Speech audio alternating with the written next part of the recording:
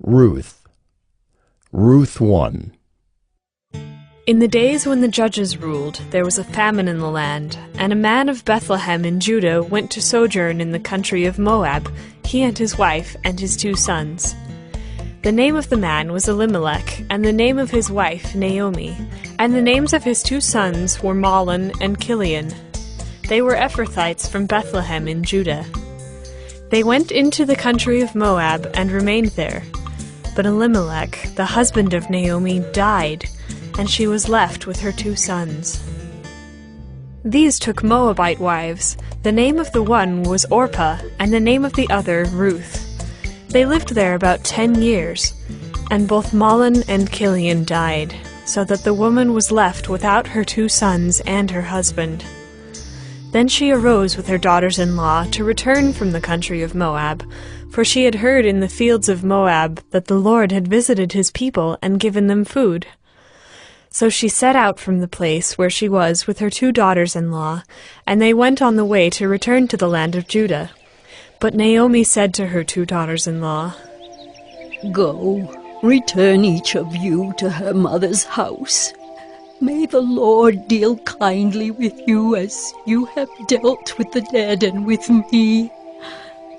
The Lord grant that you may find rest, each of you, in the house of her husband." Then she kissed them, and they lifted up their voices and wept, and they said to her, "No, we will return with you to your people." But Naomi said, "Turn back, my daughters. Why will you go with me? Have I yet sons in my womb that they may become your husbands? Turn back, my daughters. Go your way, for I am too old to have a husband.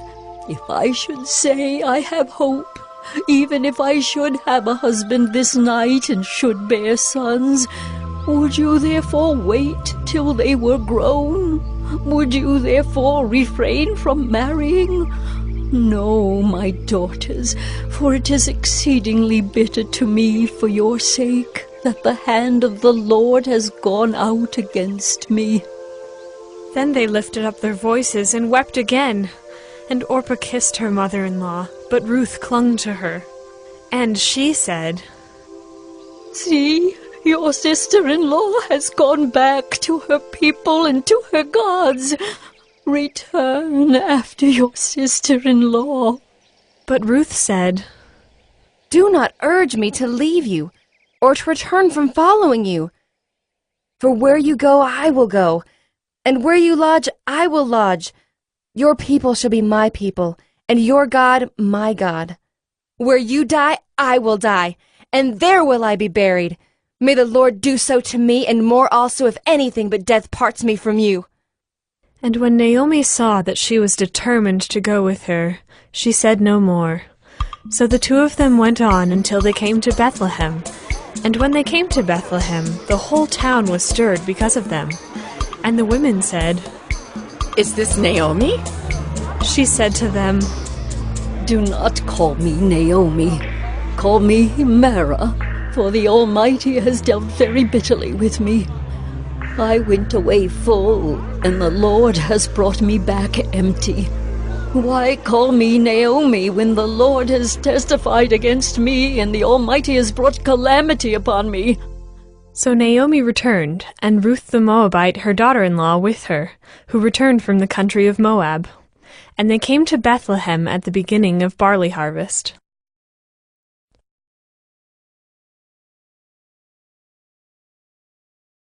Ruth 2.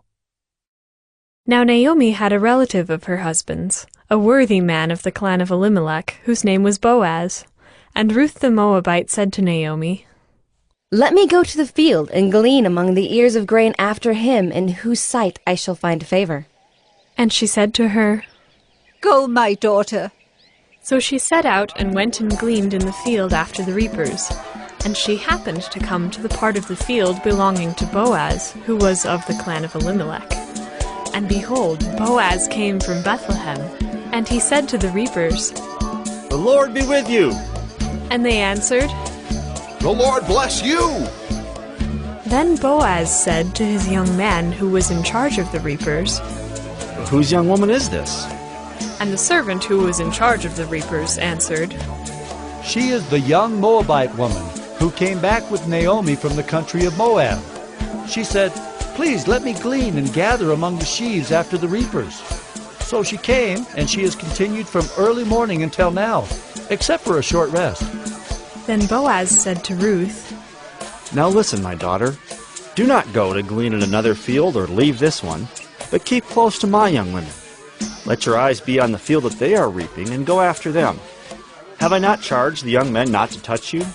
And when you are thirsty, go to the vessels and drink what the young men have drawn. Then she fell on her face, bowing to the ground, and said to him, Why have I found favor in your eyes, that you should take notice of me, since I am a foreigner? But Boaz answered her, All that you have done for your mother-in-law since the death of your husband has been fully told to me, and how you left your father and mother and your native land, and came to a people that you did not know before. The Lord repay you for what you have done, and a full reward be given you by the Lord, the God of Israel, under whose wings you have come to take refuge.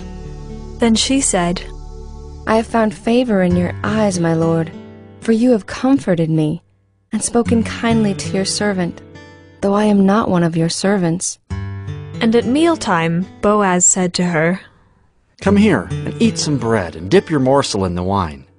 So she sat beside the reapers, and he passed to her roasted grain, and she ate until she was satisfied, and she had some left over. When she rose to glean, Boaz instructed his young men, saying, Let her glean, even among the sheaves, and do not reproach her. And also pull out some from the bundles for her, and leave it for her to glean, and do not rebuke her. So she gleaned in the field until evening. Then she beat out what she had gleaned, and it was about an ephah of barley. And she took it up and went into the city. Her mother-in-law saw what she had gleaned. She also brought out and gave her what food she had left over after being satisfied. And her mother-in-law said to her, Where did you glean today, and where have you worked? Blessed be the man who took notice of you. So she told her mother-in-law with whom she had worked, and said, The man's name with whom I worked today is Boaz. And Naomi said to her daughter-in-law, May he be blessed by the Lord, whose kindness has not forsaken the living or the dead. Naomi also said to her, The man is a close relative of ours, one of our redeemers. And Ruth the Moabite said, Besides, he said to me, You shall keep close by my young men until they have finished all my harvest. And Naomi said to Ruth, her daughter-in-law, It is good, my daughter, that you go out with his young women, lest in another field you be assaulted. So she kept close to the young women of Boaz, gleaning until the end of the barley and wheat harvests. And she lived with her mother-in-law.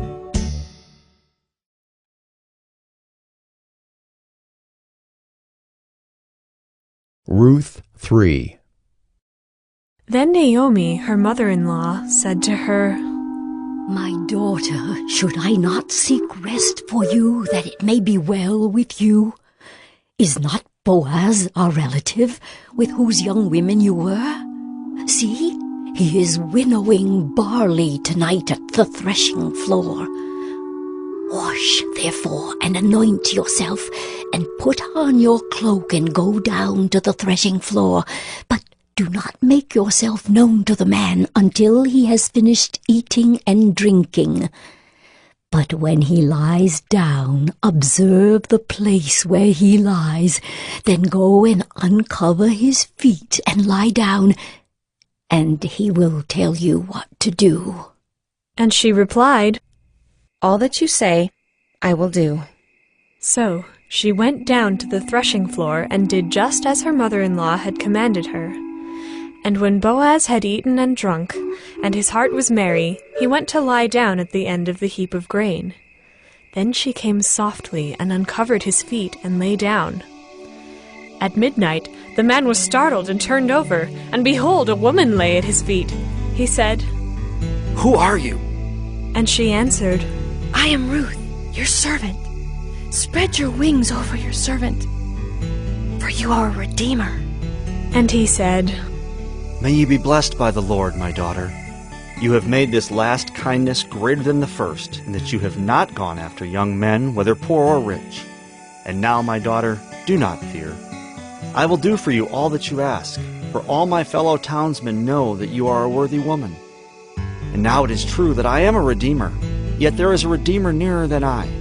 Remain tonight, and in the morning, if he will redeem you, good, let him do it. But if he is not willing to redeem you, then, as the Lord lives, I will redeem you. Lie down until the morning." So she lay at his feet until the morning, but arose before one could recognize another. And he said, "Let it not be known that the woman came to the threshing floor." And he said, "Bring the garment you are wearing, and hold it out." So she held it, and he measured out 6 measures of barley and put it on her. Then she went into the city. And when she came to her mother-in-law, she said, How did you fare, my daughter? Then she told her all that the man had done for her, saying, These 6 measures of barley he gave to me, for he said to me, You must not go back empty-handed to your mother-in-law. She replied, Wait, my daughter, until you learn how the matter turns out, for the man will not rest, but will settle the matter today.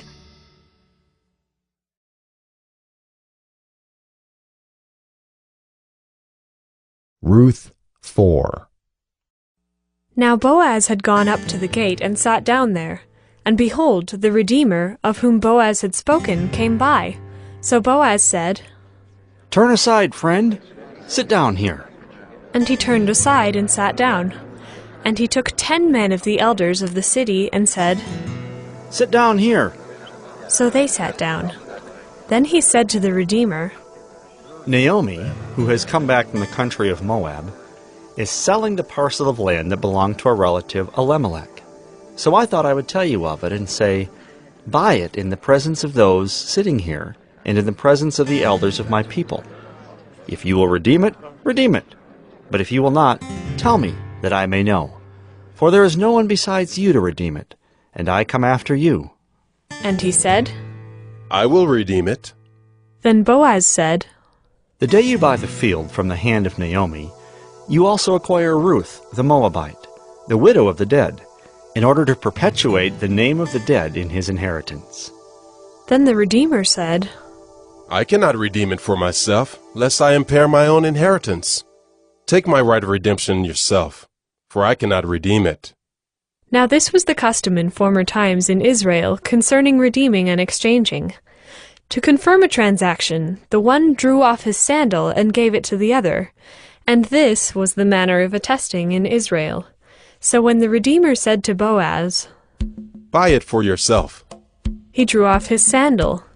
Then Boaz said to the elders and all the people, You are witnesses this day that I have bought from the hand of Naomi all that belonged to Elimelech, and all that belonged to Chilion and to Mahlon.